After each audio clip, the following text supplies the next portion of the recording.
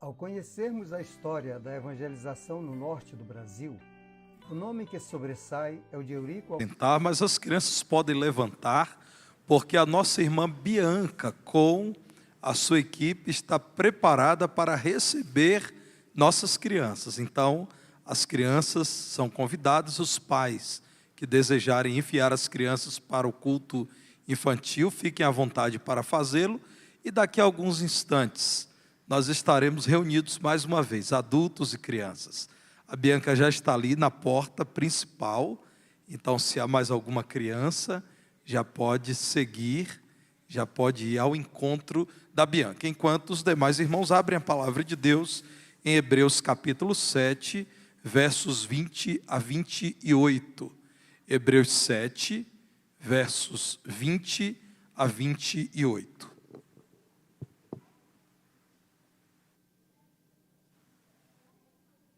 A igreja sabe que eu estou lidando com uma grande limitação. Na verdade, irmãos, não tem a ver com gripe, alergia, e eu sou muito alérgico, os irmãos sabem disso. Algo dessa natureza, mas tem a ver com cordas vocais. E eu estou em acompanhamento e amanhã deveria passar por um exame muito específico. Todavia, o médico precisou remarcar para a próxima terça-feira pela manhã. Então, esteja em oração. E eu decidi, então, que pregaria hoje à noite, porque tenho estado bem na terça, ontem, hoje, mas no domingo eu decidi que só vou pregar pela manhã. E à noite o pastor Petrônio será o pregador. Então, eu quero agir de modo prudente, não agir de modo inconsequente no domingo. Graças a Deus, porque não faltam pregadores entre nós. Na verdade, irmãos, nós não temos problema com a quantidade e a qualidade dos pregadores. Eu sempre os ouço com muita alegria, com gratidão a Deus, porque são homens estudiosos, piedosos, comprometidos com o Senhor e com a sua palavra. É que os irmãos sabem, há um senso de missão. Eu tenho como pastor dessa igreja, o pastor titular, entendido que há alguns assuntos a serem tratados pela palavra de Deus. E por conta disso, eu prego, e só por conta disso, porque eu sei que preciso conduzir os irmãos com aquilo que chamamos de dieta do púlpito, com aquilo que é planejado para alimentar, fortalecer a igreja. É só por essa razão, mas graças a Deus, nós somos uma equipe, além dos membros da igreja, entre os quais há muitos bons pregadores. Então, se em algum momento me for recomendado parar por um período, eu farei isso em paz. A nossa líder do Ministério Diaconal, a nossa vice-presidente, já me recomendou isso, e eu agradeço o carinho, a atenção, o cuidado da Alda em nome de tantos irmãos, mas eu estou aguardando somente um diagnóstico para que também eu não corra o risco de exagerar no enfrentamento dessa questão. Irmãos, nós estávamos estudando sequencialmente nas quintas-feiras a carta aos Hebreus. Tivemos uma breve pausa por razões de saúde e hoje eu quero retomar onde nós paramos. Nós havíamos estudado no capítulo 7 até o verso 19.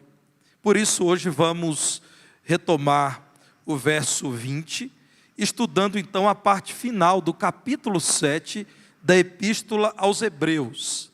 Quem tem estudado aqui comigo toda a Epístola aos Hebreus, esse livro do Novo Testamento, sabe que aqui no capítulo 7 é iniciada a segunda grande seção do livro, quando, depois de tudo o que já foi dito, o autor é usado por Deus para dizer: saibam então que Jesus Cristo é superior a qualquer outro sacerdócio que já existiu. Claro que fala-se muito do sacerdócio de Arão. Então a palavra de Deus diz: Arão, porque era um ser humano, com os seus descendentes em algum momento foram vencidos pela morte. Mas existe um sacerdócio que jamais acabará, porque o Senhor da vida, que é superior ao poder da morte, jamais morrerá. Jesus Cristo é superior a qualquer outro caminho que as religiões, inclusive o judaísmo, possam querer nos apresentar. É sobre isso que continuarei falando e por isso lerei agora o versículo 20 até o verso 28. Atentem para o que diz a palavra de Deus. Vejam, irmãos, que existe uma conjunção aqui, existe uma ligação. Algo mais está sendo dito. E também é preciso dizer isso. Essa é a ideia do autor. Diz assim: e visto que não é sem prestar juramento, porque aqueles sem juramento são feitos sacerdotes, mas este, com juramento, por aquele que ele disse: o Senhor jurou e não se arrependerá.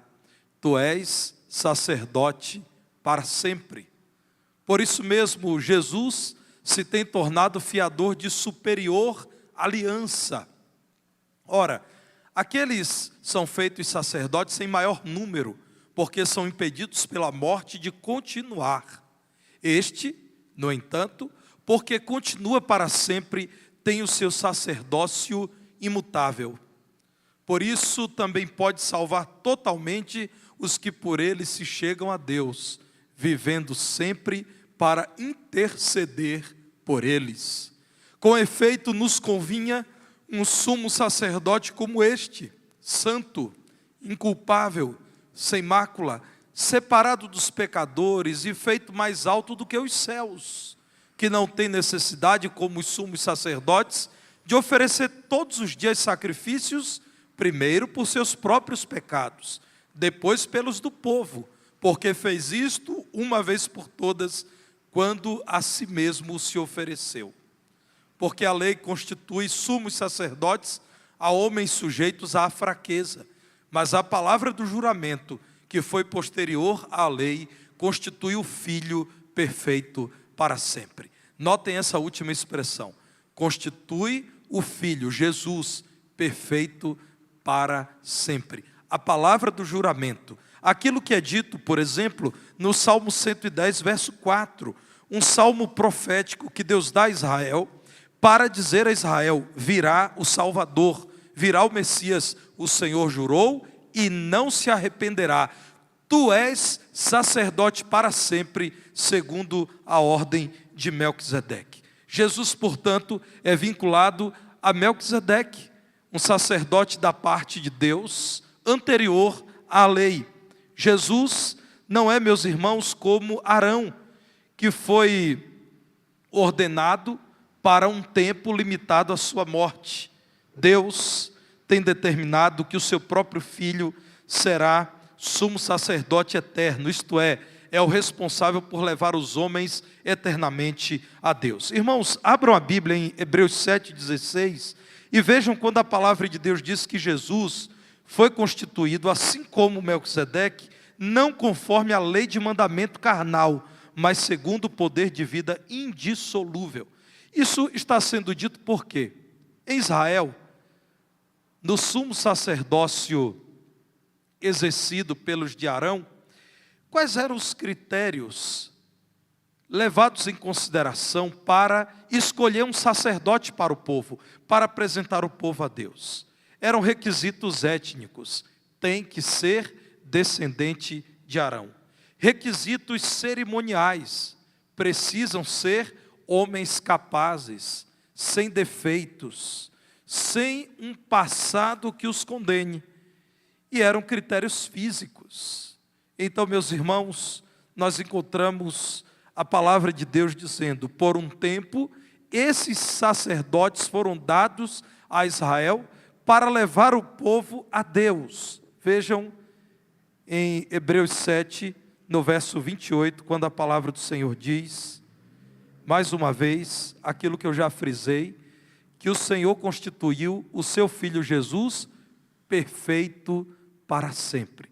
Nós estamos, nesse momento, tendo a alegria de olhar, meus irmãos, que a informação complementar do capítulo 7 é: por tudo que vocês já sabem sobre o sacerdócio de Arão, que cumpriu seu propósito na história, mas chegou ao fim. Por tudo que vocês já sabem sobre Jesus Cristo, que cumpriu o propósito exclusivo de salvar o pecador, mas não morreu e continuou morto, ou seja, morreu, mas ressuscitou. Então considerem Jesus como muito mais especial, como superior, como exclusivo. A maior certeza que o cristão deve ter é que em Jesus Cristo nós temos garantia de salvação eterna. Irmãos, esse é o tema mais importante do homem. Eu sei que no dia a dia, na luta da sobrevivência, nós somos tentados a acreditar que o que há de mais importante é ter um salário que lhe permita alcançar o alimento, adquirir um imóvel para morar, quem sabe garantir um plano de previdência que significaria alguma segurança financeira para o futuro. Mas, irmãos, notem que muitas pessoas que já alcançaram uma vida financeira que está acima da média, desistiram da vida. Pessoas que no auge da prosperidade financeira destruíram a própria vida. Se segurança financeira fosse a maior necessidade do ser humano, pessoas que têm muito dinheiro não enfrentariam muitos momentos de tribulação, angústia, insegurança, medo, incerteza, lamento, pessimismo. Notem, irmãos, que muitos que se preparam para a aposentadoria não se aposentam. Isso pode acontecer comigo, com você, que todo mês paga alguma espécie de plano de previdência. Quando a morte chega, e ela pode chegar para uma criança, pode chegar para um adolescente, pode chegar para um jovem, existe uma questão, apenas uma, que é importantíssima: o que acontecerá com a sua alma pós-morte? Depois da morte, qual é o destino da sua alma? A palavra de Deus, irmãos, diz que nessa vida nós podemos contar com a misericórdia do Senhor e a sua provisão. O Senhor nos esforça para trabalharmos.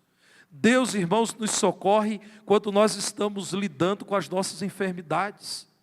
O Senhor é bondoso ao nos livrar de tantos males e perigos desta vida. Mas a maior certeza, a maior alegria, a maior bênção da vida cristã é saber, porque criei em Jesus Cristo, que me perdoou e me livrou da condenação eterna, eu estou salvo. Aconteça o que acontecer, eu não perderei aquilo que Cristo conquistou por mim, que é a salvação eterna. Notem como o autor da carta aos Hebreus utiliza a palavra sempre, muitas vezes. Sempre ele utiliza a palavra sempre. Vejam no verso 21, quando ele diz assim: com juramento por aquele que ele disse, o Senhor jurou e não se arrependerá, tu és sacerdote para sempre. Acerca de Jesus foi dito: não passará o seu sacerdócio, não passará a sua autoridade para levar os homens à plenitude espiritual. Tu és sacerdote para sempre.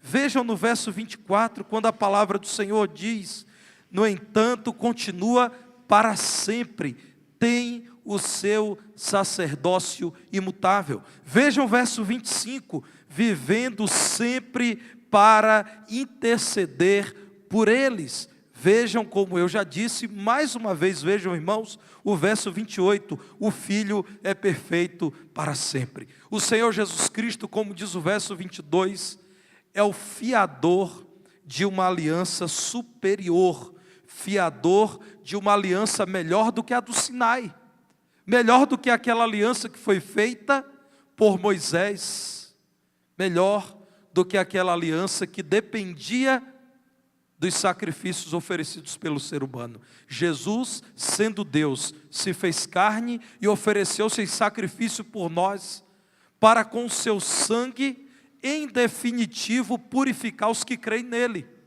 para que com a sua morte pudesse definitivamente comprar para si homens e mulheres crentes de todas as tribos, línguas, povos, raças e nações. Então a palavra do Senhor começa a dizer: temos a maior de todas as certezas: Jesus Cristo, nosso Salvador, sempre será o nosso Salvador. Jesus Cristo sempre será por nós. Jesus Cristo nunca nos abandonará. Ele nos salvou para que sempre estejamos com Ele, e Ele intercede por nós sempre. Sendo perfeito, Ele nunca negará o seu cuidado, o seu sustento, a sua presença, a sua vitória eterna para nós, os seus servos. Irmãos, nenhum sacerdote recebeu um status desse. Qual sacerdote pôde dizer ao povo de Deus que seria sacerdote para sempre?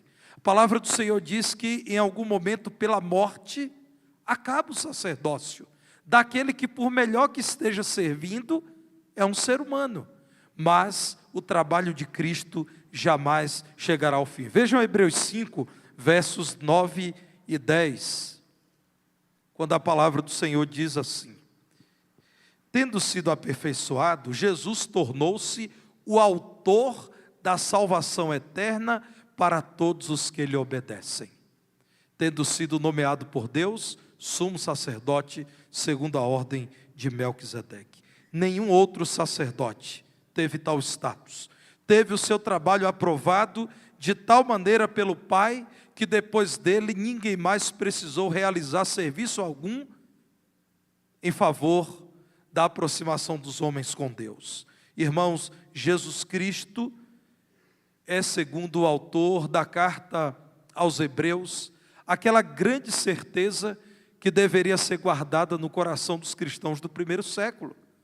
O autor está de algum modo lembrando que as elites dos judeus, elites política e religiosa, nos conchavos com Roma, muitas vezes burlavam os critérios que Deus estabeleceu na lei para a escolha de sacerdotes. Anás e Caifás, por exemplo, eram rejeitados nos dias de Jesus por conta disso. Então, o que o autor de algum modo está dizendo é: por um tempo, Deus estava mostrando a vocês que vocês precisavam de um sacerdote superior divino, permitiu que vocês conhecessem um sacerdócio humano, e vocês viram quão falhos são os sacerdotes humanos. Vejam o que acontece hoje, no primeiro século, é claro. Sacerdotes que são, por questões políticas, colocados no templo em Jerusalém. Vocês precisam se apegar a Cristo, ter a certeza de que Ele é o sacerdote que para sempre salva e intercede por seu povo. A maior certeza do crente, irmãos, é que Jesus Cristo é o Senhor e Salvador, é santo, é justo, é amoroso. A sua aliança é superior a qualquer outra aliança, porque ela é eterna. Nós um dia contamos com Ele, quando nos achegamos a Ele dizendo: Senhor, salva-me do meu pecado, salva-me eternamente. Mas nós continuamos contando com Ele quando pedimos ao Senhor que interceda por nós diante do Pai, porque nós pecamos, irmãos, porque nós falhamos na fé, porque nós tantas vezes agimos com fragilidade espiritual. Essa maior certeza do cristão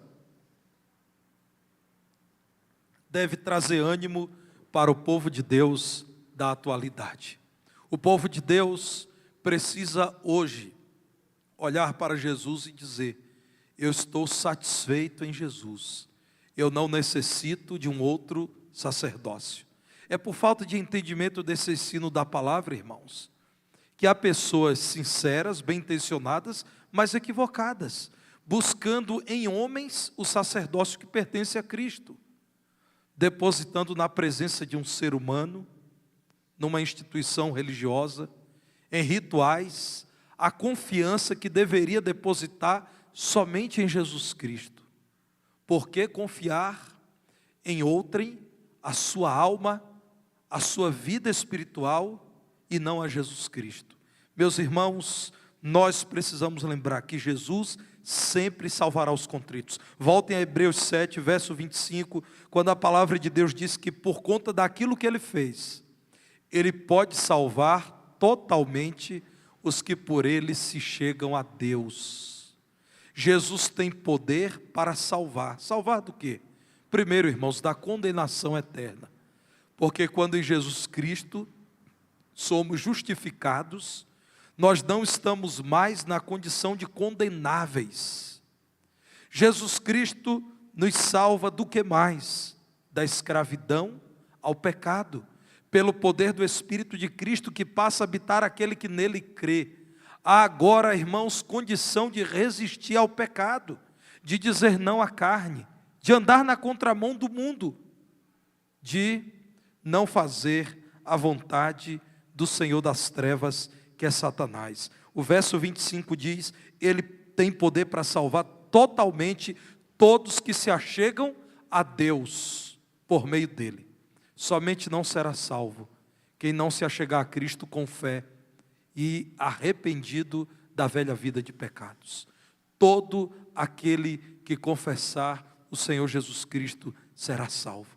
O que a palavra de Deus diz na carta aos Romanos é, no capítulo 10, que se com a nossa boca nós confessarmos o Senhor e em nosso coração crermos que Ele é o Deus que ressuscitou dentre os mortos, seremos salvos. A palavra de Deus em Atos 4:12 diz: em nenhum outro há salvação, debaixo do céu nenhum outro nome há dado além do nome de Jesus, pelo qual sejamos salvos. O Senhor Jesus Cristo disse mesmo, diz em João 14:6, eu sou o caminho, a verdade e a vida, ninguém vem ao Pai senão por mim. A pergunta que fica é: você tem essa certeza em seu coração, de que arrependido e confiante em Cristo, você é um salvo? O Senhor não negará, irmãos, perdão àqueles que já arrependeram-se da vida de sujeição ao pecado. Vejam João 1:12. Em João 1:12 é dito: a todos quantos o receberam, a todos que receberam o Senhor Jesus Cristo, Deus lhes deu o poder de serem feitos filhos de Deus, a saber, a quem foi dado o poder de ser um filho de Deus? A quem crê no nome de Jesus. Meus irmãos, não há prazo de validade para a obra de redenção. Ele pode salvar totalmente, como lemos no texto bíblico, todos que se chegam a Deus por meio dele, em todas as épocas e em todos os lugares. Homens e mulheres que se achegam a Cristo quebrantados, suplicando por perdão e confessando a confiança nele para a salvação, são salvos. Tenham essa certeza, irmãos. Irmãos, essa é a maior certeza da minha vida. Isso faz toda a diferença na vida de alguém. Talvez tenhamos entre nós pessoas que estão dando os primeiros passos da vida cristã. Me permitam compartilhar com vocês que essa é uma certeza que modifica por completo a vida de alguém. Sabe quando você está diante de um diagnóstico num hospital, muito desanimador, como eu já tive, os irmãos sabem que aos 23 anos de idade eu fui diagnosticado com melanoma, é um câncer de pele maligno. Sabe quando você está diante das incertezas desse mundo, como vimos já tantas vezes aqui, testemunho dos nossos irmãos ucranianos, alguns deles que estudaram em seminários batistas brasileiros, igrejas batistas da Ucrânia que são auxiliados por nossa igreja, e aqueles irmãos sob ataque, decididos a ficarem na cidade em que estavam, confiando no Senhor. Sabe quando você põe a cabeça no travesseiro e você não tem o temor de não acordar? Porque qualquer um de nós pode, em algum momento, deitar para dormir e ser aquele último momento em que o olho esteve aberto para essa vida. Quantas e quantas pessoas deitaram para dormir e o coração parou. Aliás, irmãos, eu não acho que é ruim, não. Eu acho que é uma forma até muito boa de morrer. Deitar, sonhar, quem sabe naquele dia sonhar com o céu e acordar no céu. Pense que maravilha. Meus irmãos, nós precisamos lembrar que a certeza de salvação em Cristo faz toda a diferença. O cristão não vive aterrorizado com algumas perguntas que aterrorizam muitos. Se eu morrer hoje, para onde eu irei? Não é uma preocupação do crente, ele já sabe, por Cristo Jesus, seu Salvador, qual é a sua condição diante de Deus e qual é o seu destino. Aquela tristeza, irmãos, de alguém que diz: Será que Satanás pode me atacar? É claro que ele pode, mas nós, os crentes, sabemos, ele não é poderoso para levantar-se contra o Deus que nos guarda. Meus irmãos, a palavra do Senhor, portanto, está falando dessa grande certeza. O nosso sacerdote eterno, o sumo sacerdote eterno, o Senhor Jesus Cristo, é aquele que salva eternamente quem se achega a Ele arrependido e confiante. Em segundo lugar, nós podemos aplicar aquilo que é dito da seguinte forma, que Jesus sempre intercederá pelos crentes. Olha o verso 25, ele vive sempre para interceder por eles. Muitas vezes, nós os crentes lembramos que Jesus Cristo nos salvou um dia, quando nos achegamos a Ele pela fé. Mas nos esquecemos, irmãos, que esse é o ponto de partida da vida cristã e não o ponto final. Uma vez salvos, agora nós somos guardados pelo poder de Deus. Ele intercede por nós. Abra sua Bíblia em 1 de João, capítulo 2, versos 1 e 2. 1 de João 2, verso 1 diz assim: filhinhos meus, isso é o apóstolo João, o apóstolo do amor, falando segundo a vontade de Deus. João diz assim: filhinhos meus, estas coisas vos escrevo para que não pequeis. O que é que ele já tinha escrito, irmãos? O que ele tinha escrito é o que está no versículo 7 do capítulo 1. Se andarmos na luz, como Ele na luz está, mantemos comunhão uns com os outros, e o sangue de Jesus Cristo, seu Filho, nos purifica de todo pecado. Então, 1 de João 2,1, ele está dizendo: estas coisas eu escrevo a vocês, pelo sangue de Jesus, vocês já foram lavados, vocês têm poder para resistir ao pecado, vocês devem viver na luz, como na luz o Deus de vocês está. Se todavia alguém pecar, apesar de saberem disso, que há poder no sangue de Jesus para vencer o pecado, se alguém pecar, tem um advogado junto ao Pai. Quem é o advogado junto ao Pai? Advogado de defesa, Jesus Cristo o justo. Um dia ele virá como juiz soberano. Por enquanto ele é advogado de defesa, irmãos. Essa é a linguagem que pode nos ajudar a entender aquilo que Cristo tem feito.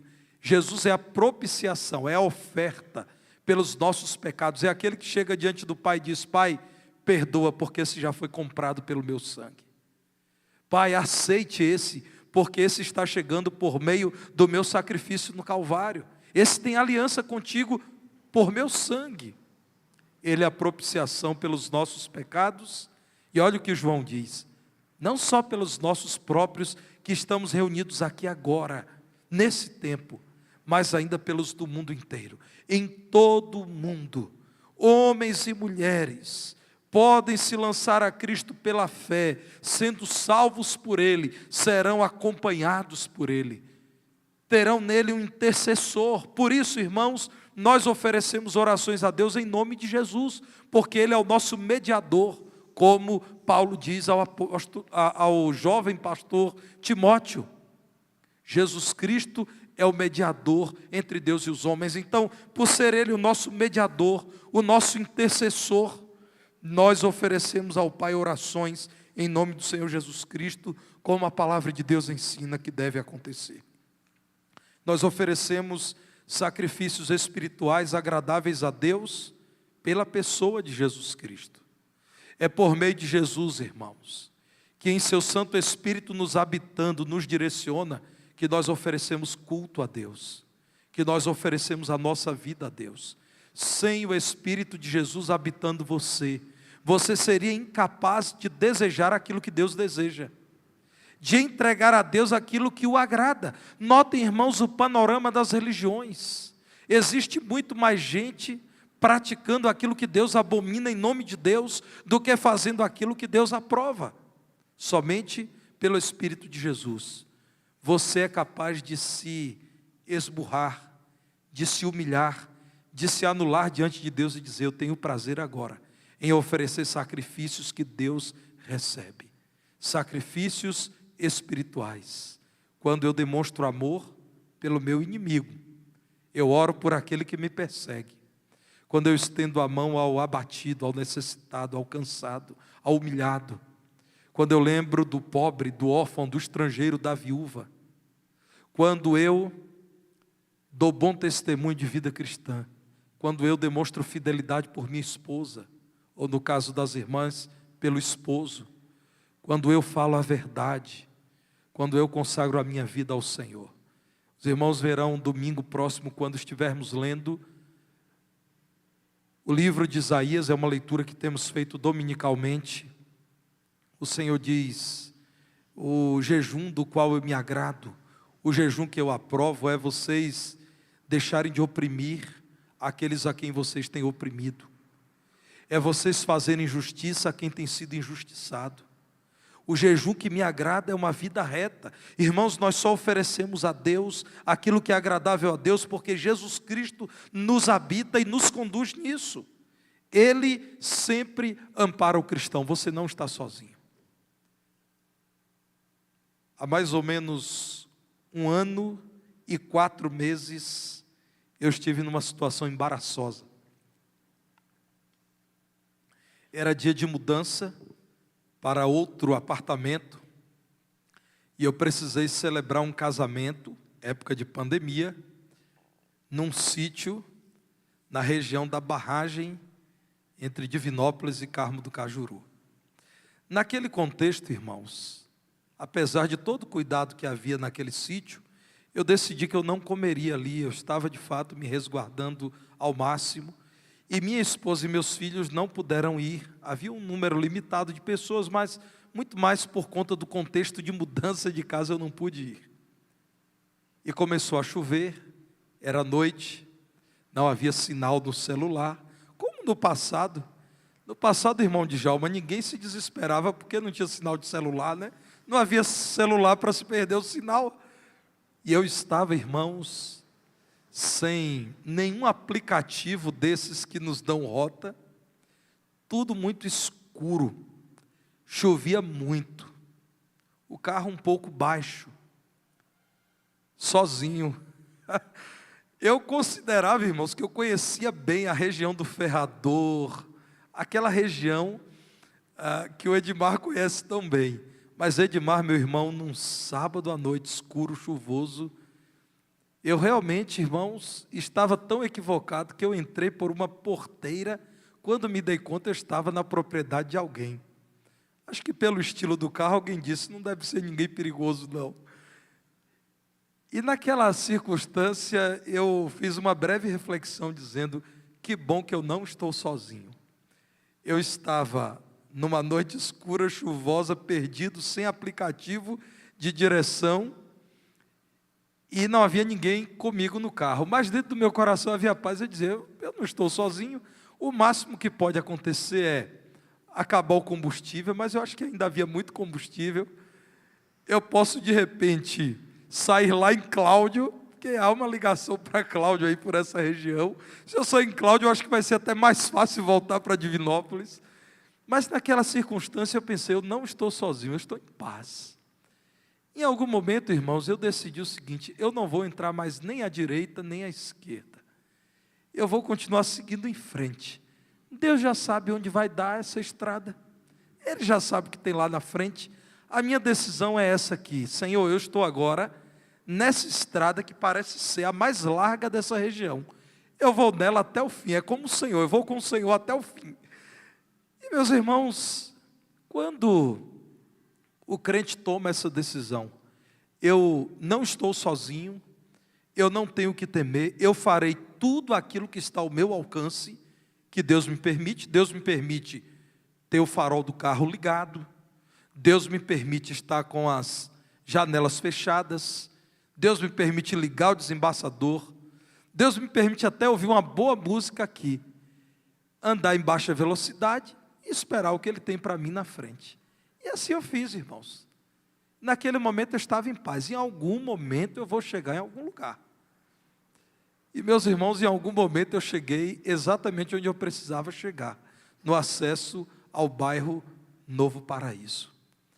Essa é uma ilustração da vida real, que serve para lembrar você que você nunca está sozinho. você não está sozinho. Um cristão que é preso injustamente em algum país em que o cristianismo é perseguido, não está sozinho, porque está na presença do Senhor. Não é possível, irmãos, que alguém retire o Espírito Santo do crente verdadeiro. Não é possível que Satanás impeça que Deus olhe para o seu filho. Não é possível que qualquer circunstância anule a intercessão de Cristo por seu filho. Um dia Cristo te salvou, glória a Deus por isso. E hoje Ele está intercedendo por você. Não esqueça disso. A obra de Jesus por você é permanente. É um sumo sacerdote que não deixa de trabalhar em favor daqueles que necessitam do trabalho dele. Hoje ele está atento a você, ouve as suas orações, recebe o culto que você oferece segundo a vontade dele, está atento às suas necessidades e te ampara. É isso que o autor de Hebreus está dizendo. Vocês aí, judeus perseguidos pela fé no século I, por que estão preocupados? Vocês não têm certeza de que o sacerdote de vocês, Jesus, está atento a vocês? Cuida de vocês? Age em favor de vocês? Jesus, irmãos, sempre será Deus. É impossível que Ele deixe de ser Deus. Por isso é impossível que Ele deixe de agir em nosso favor. Em Hebreus 7, verso 26, o autor diz assim: nos convinha, nós precisávamos ter um sumo sacerdote como Jesus, que é santo, nele não há pecado, inculpável, ele jamais deixou de cumprir aquilo que a lei exige dele, sem mácula, todas as decisões dele são corretas, separado dos pecadores porque ele é Deus, ele não é mais um homem, ele se fez homem para se colocar em nosso lugar, mas ele não é homem, feito mais alto do que os céus, porque Ele é o Criador dos céus. E aqui, meus irmãos, ele fala como Paulo falando aos Colossenses. O Senhor Jesus Cristo é a exata expressão de Deus, é aquele que está acima dos céus, porque Ele fez os céus. Ele é mais alto do que os céus, porque Ele é Deus. Agora vejam, irmãos, no verso 28, quando a palavra de Deus contrasta. Os sumos sacerdotes humanos eram sujeitos à fraqueza. O Filho de Deus não, é perfeito para sempre. Ele jamais pecará, você pode confiar nele. Ele venceu o pecado, venceu a morte, venceu o diabo. Ele jamais se confundirá. Jesus nunca esquecerá de um salvo. Ele tem cada um muito bem nas suas mãos guardado. Irmãos, a palavra do Senhor diz que o Senhor Jesus Cristo não terá dificuldade no juízo final em separar os que são deles daqueles que não são, os que creram nele daqueles que o rejeitaram. Ele conhece a cada um, como ele conhece cada fio de cabelo da cabeça de cada pessoa aqui presente, como ele conhece cada grão da areia de toda a praia que possa existir nesse mundo, como ele conhece cada estrela, até aquelas que nós não conseguimos ver com os aparelhos desenvolvidos até o presente momento. Ele nunca se confundirá, ele sabe quem é dele, ele conhece os salvos. Por quê?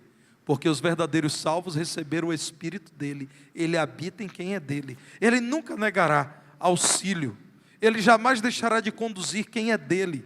Veja Hebreus capítulo 2, verso 18, Hebreus 2, 18.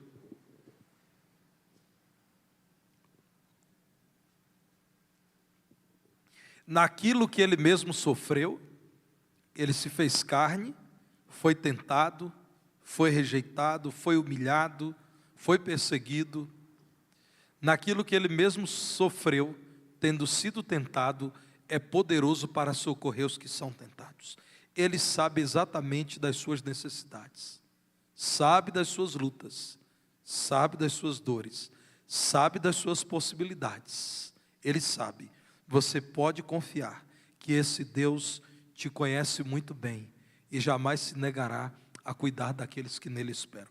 Nossa certeza, irmãos, está naquele que é e sempre será perfeito, e não em nossas obras que são e sempre serão imperfeitas. Nós precisamos celebrar estas verdades que foram úteis para cristãos perseguidos, a quem a carta aos Hebreus se dirige inicialmente, e são úteis para nós, especialmente em dias difíceis. A maior certeza da vida cristã é que Jesus Cristo nos salvou e jamais um verdadeiro salvo perderá a condição de salvo. Creia nisso, meu irmão. Alimente-se dessa boa palavra. Alegre-se com esta promessa. Saiba que Jesus sempre salva aquele que arrependido confia nele. Saiba que Jesus sempre intercede por quem é dele. Saiba que Jesus sempre será o Deus daqueles que o reconhecem como Deus. A minha oração é que essas certezas habitem o coração de vocês. E vocês não vivam como homem que não teme a Deus, na incerteza da dependência de si mesmo, na incerteza dos rumos da história humana, na incerteza daquilo que as muitas vozes religiosas dizem, que a sua certeza esteja na palavra de Deus. E a palavra de Deus acerca de Jesus diz que Deus Pai, veio ao mundo na pessoa do Filho, que foi feito perfeito para sempre.